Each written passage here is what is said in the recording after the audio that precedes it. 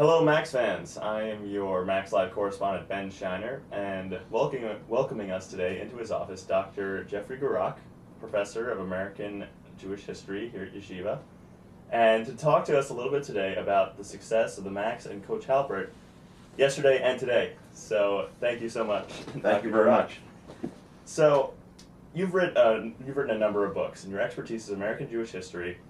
One such book I saw was Judaism's Encounter with American Sports.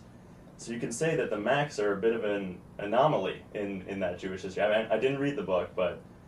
Well, first you should read the book. And second of all, I devoted at least a chapter and a half of this book to the story of athletics at Yeshiva University. Because the book is not about Jews and sports. It's about how a foreign cultural phenomenon called sports enters into the life of Jewish men and women in America in the 19th and 20th century, and all the conflicts in being both a sports person and being a Jew. And the truth of the matter is, a book like this could be written about Jews involved in theater, in opera, music, things of that sort. How do you balance a variety of cultural influences which are really not part of Jewish history? So for the Orthodox community, this is right in our wheelhouse. Because if you think about what Yeshiva University is all about, in my estimation, is how do you harmonize, how do you live harmoniously within two cultures, a culture that is secular and a culture that is Jewish and highly religious. So what interested me about the basketball program is this is an attempt to live in both worlds, and there are difficulties. You know, one of the things that makes Yeshiva University basketball and sports different is that our games are not played on Shabbat and Chagim.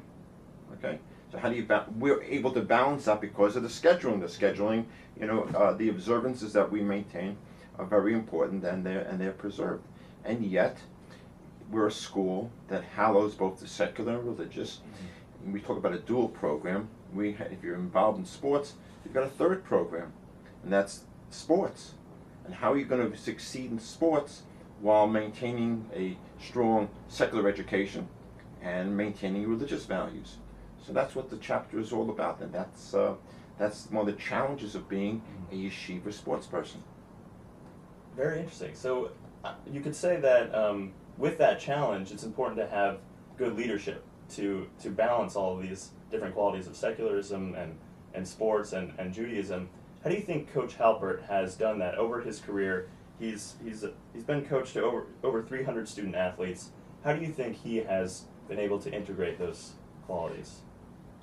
Coaches have like using chalkboards and you know, design plays, etc.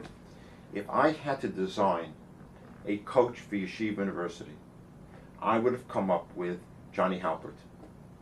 First of all, he is a man of deep religious faith. He believes and acts upon our traditions. So he comes with a great understanding of what Yiddishkeit is all about.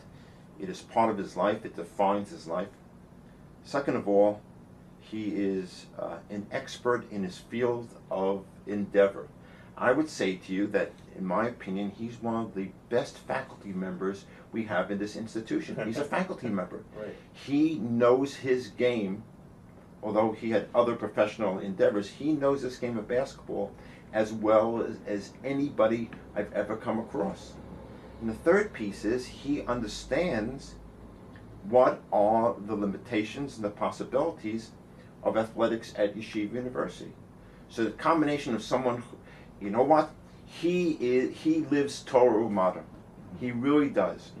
So that Yeshiva was fortunate 40 years ago, he decided not to become the coach of Yeshiva University's high school basketball team, where he would have won multiple championships in a Jewish league. He took on the challenge of leading the Maccabees over 40 years.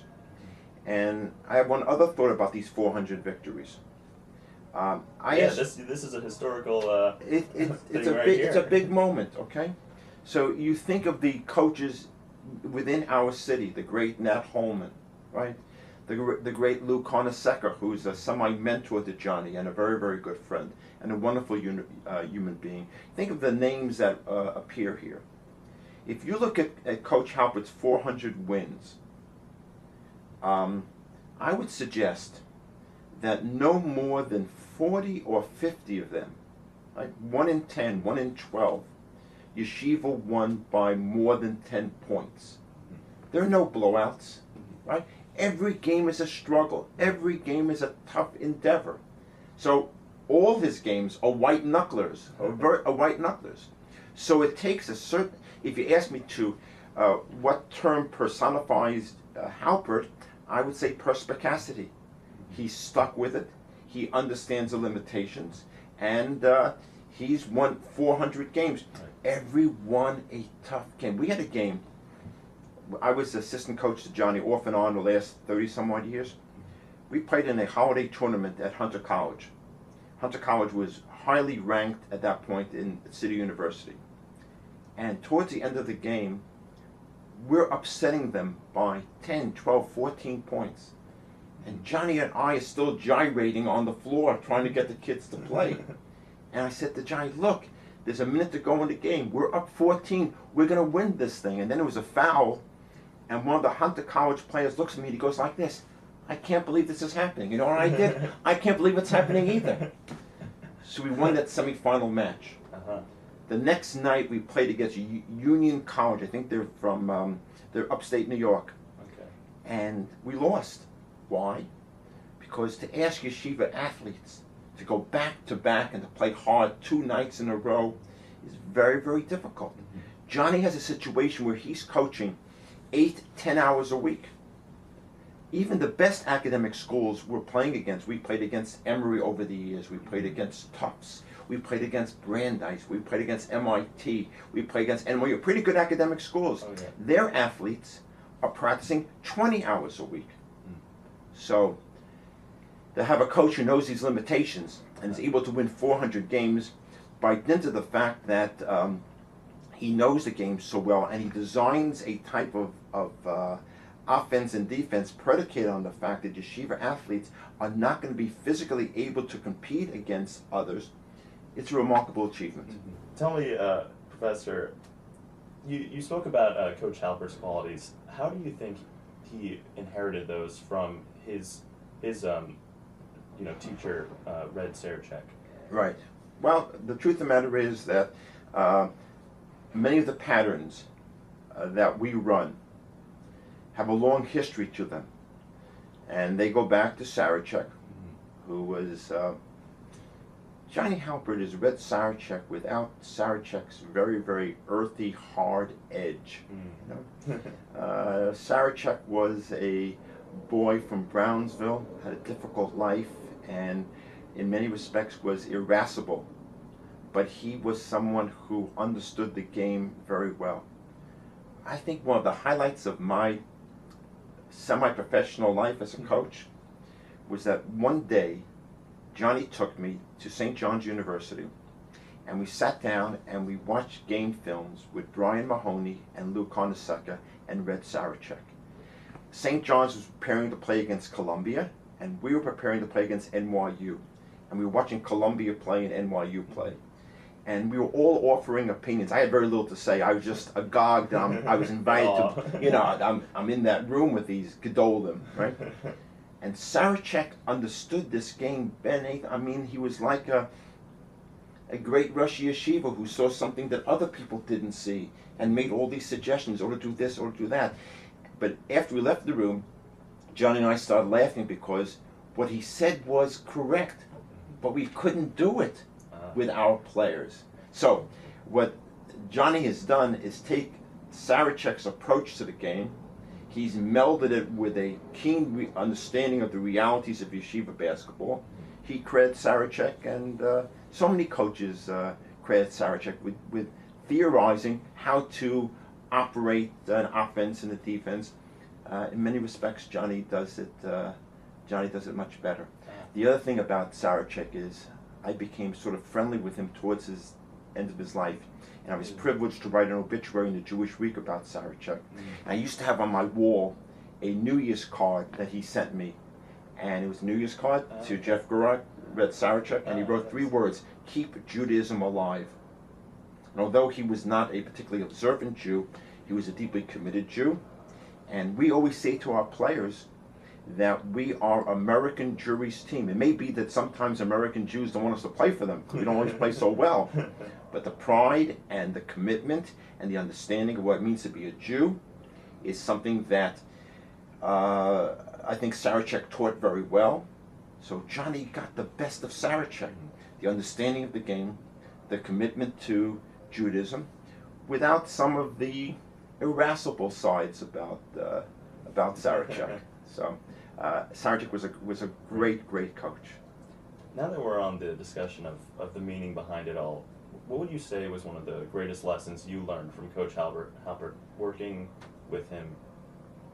Yeah, what I learned from Coach Halpert, the greatest lesson has nothing to do with basketball. It has to do with how you treat people with whom you work. So I was listed as his assistant coach from day one, but I never felt for a second, and I think it's true of Steve Bedias, who followed me, and some of the others, and now Johnny's privileged to have a young man who 20 some odd years ago was the water boy when we played against NYU in Madison Square Garden. Rafi Halpert and Michael Gurock, my son, were the water boys. Wow. So now he's an assistant coach. Yeah. What did Johnny teach me? Johnny taught me how to treat a subordinate as not an underling. He always referred to me as his associate. He always treated me with great respect. You know, there are some coaches who say, I don't want my assistant coaches ever talking to the media. You've heard that, okay, right? Whenever we've had media opportunities, I remember when we had this black Jewish ball player come to us 25, maybe 30 years ago, Joe Eves from Boston. The New York Times wanted to do a story. He says, Jeff, you come, you sit with me. That's an uncommon quality. And you know what? As a human lesson, you want to know what a person is all about?